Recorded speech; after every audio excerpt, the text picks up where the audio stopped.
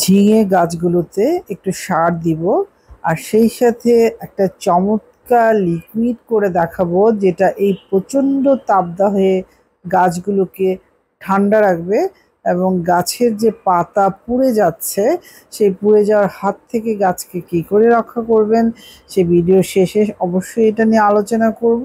Hello my lovely viewers, আসসালামু আলাইকুম। কাশিবিয়া ছাদ বাগানের পক্ষ থেকে সবাইকে অভিনন্দন। আশা করি সবাই ভালো আছেন, আমারই মতো ফুল ফল এবং সবজির গাছ লাগাচ্ছেন। এই যে সারগুলো দিচ্ছি এটা কিন্তু আমার নিজ বাগানের কাঁচা এবং শুকনো পাতার সমন্বয়ে পাতা সার তৈরি করেছিলাম। আমার বাগানের প্রতিদিনের যে শুকনো পাতা জমতো সেই পাতাগুলো জড়ো করে প্রতিদিন রাখতাম একটু একটু করে। সেই সাথে বাগানের যে কচি ঘাসগুলো নিড়ানি দিয়ে নিড়িয়ে দিতাম আগাছাগুলো, সেই শুকনো পাতার সাথে সেগুলোও রেখে দিতাম। একটু পানি ছিটে দিয়ে দিতাম। একটু মাঝে মাঝে মুখটা খুলে গোবর যে ভিজিয়ে রাখতাম ঘুঁটে, সেই ঘুঁটের ওখান থেকে এক মুখ পানি নিয়ে সেটাও ছিটিয়ে দিতাম। এইভাবে রাখতে রাখতে একদম পাতাগুলো শুকনো এবং কাঁচা পাতাগুলো সারে পরিণত হয়ে গেছে। এটা কিন্তু গাছের জন্য খুব চমৎকার একটা সার। আপনারা ইজিলি বানিয়ে এটা রাখতে পারেন, প্রয়োজন অনুসারে গাছে দিতে পারেন এবং গাছের জন্য এটা খুবই উপকারী এবং অত্যন্ত প্রয়োজনীয় একটা সার। এই বেডটা দেখলে চোখটা জুড়িয়ে যায়, কি সুন্দর সবুজের সমারোহ। লাগানোর পর আজকে প্রথম কলমি শাক হারভেস্ট করছি, সাথে কচু পাতা এবং কুমড়ো পাতা হারভেস্ট করে নিচ্ছি। এই কুমড়ো পাতা দিয়ে চিংড়ি মাছের ভর্তা হবে। এটা সনাতন পদ্ধতিতে করব আমি এবং হারিয়ে যাওয়া একটা রান্নাটা শেয়ার করতে পারছি না, তবে রান্নাটা অসম্ভব স্বাদের এবং অসম্ভব মজার। আমার এই কুমড়ো পাতাগুলো মাঝে মাঝে কিন্তু হলুদ ছোপ ছোপ দাগ দেখা যাচ্ছে, এটার একটা কারণ আছে। সেই কারণটা, এটা এক ধরনের ভাইরাস। এটা নিয়ে একটা ভিডিও বানাবো, কি করে ভাইরাসের আক্রমণের হাত থেকে গাছকে রক্ষা করবেন, গাছের ফলনটাকে বৃদ্ধি করবেন। কারণ এই সিজনে যে কোনো লতানো গাছে এই ভাইরাসের আক্রমণ হতে পারে, সেই জন্য আগে থেকেই সাবধানতা অবলম্বন করতে হবে।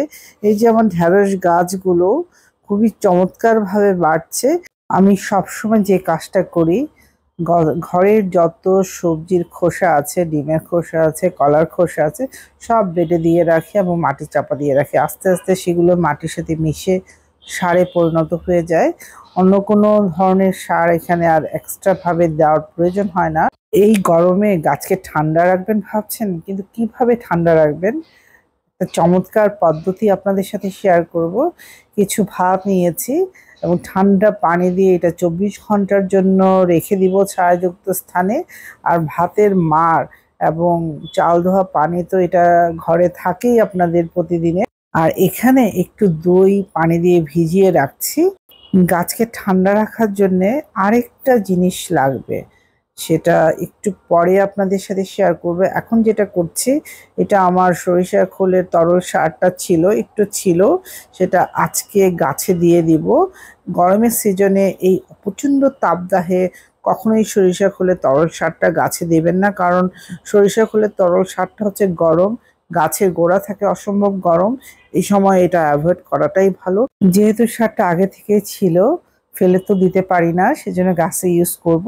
তবে পানির রেশিওটা একটু বাড়াতে হবে। 1:10 রেশিওতে আমরা সবসময় ইউজ করি। এখন যেটা করতে হবে 1:30 রেশিওতে করে তারপর গাছে দিতে হবে। এই যে এক ঝুড়ি লিচু, এটা আমার বাবার বাড়ি থেকে এসছে। বাবার বাড়ি থেকে মেয়েদের বাড়িতে কিছু জিনিস আসা মানে এটি যে অসম্ভব ভালো লাগার একটা জিনিস, সেটা আপনাদের সাথে শেয়ার করলাম। আর আমার বাবার ছাদ বাগানটা অসম্ভব সুন্দর, আম লিচু লেবুতে ভরপুর। সেই বাগানের লিচু, ছাদ বাগানের লিচু বাবা ক্যারেটে করে পাঠিয়েছে। এই কুমড়োটাও ছাদ বাগানে ফলেছে, এই লিচুগুলো ফলেছে, সাথে চেরি টমেটো অসম্ভব মিষ্টি, অসম্ভব মজার। এটাও আমার বাবা ছাদ বাগানের। এই গরমে এখনো চেরি টমেটো ছিল, এটা লাস্ট হারভেস্টিং করে পাঠিয়েছে আমার বাবা। এটুকু আনন্দটুকু শেয়ার করলাম আপনাদের সাথে। কেমন লাগলো অবশ্যই জানাবেন। ঘুটে ঘুটে তো আমরা সবাই চিনি। ঘুটে গোবর দিয়ে বানানো হয়। এটা পানিতে ভিজিয়ে রাখবো 24 ঘন্টার জন্যে। তারপর 24 ঘন্টা পর পানিটা নিয়ে গাছে কি করে দিচ্ছি, পরবর্তী ভিডিও নিয়ে অচিরেই আপনাদের মাঝে উপস্থিত হব। কারণ গাছকে তো আমাদের বাঁচাতে হবে। আপনার প্রিয় ছাদ বাগান, প্রিয় গাছগুলো এই প্রচন্ড তাপদাহে সবুজ সুন্দর সতেজ থাকুক এই কামনা করছি। এবং এই লিকুইডটা বানিয়ে গাছে দিন, আমারই মতো সুন্দর হবে। এই দিয়ে শেষ করছি আজকের ভিডিওটা। সবাই ভালো থাকবেন।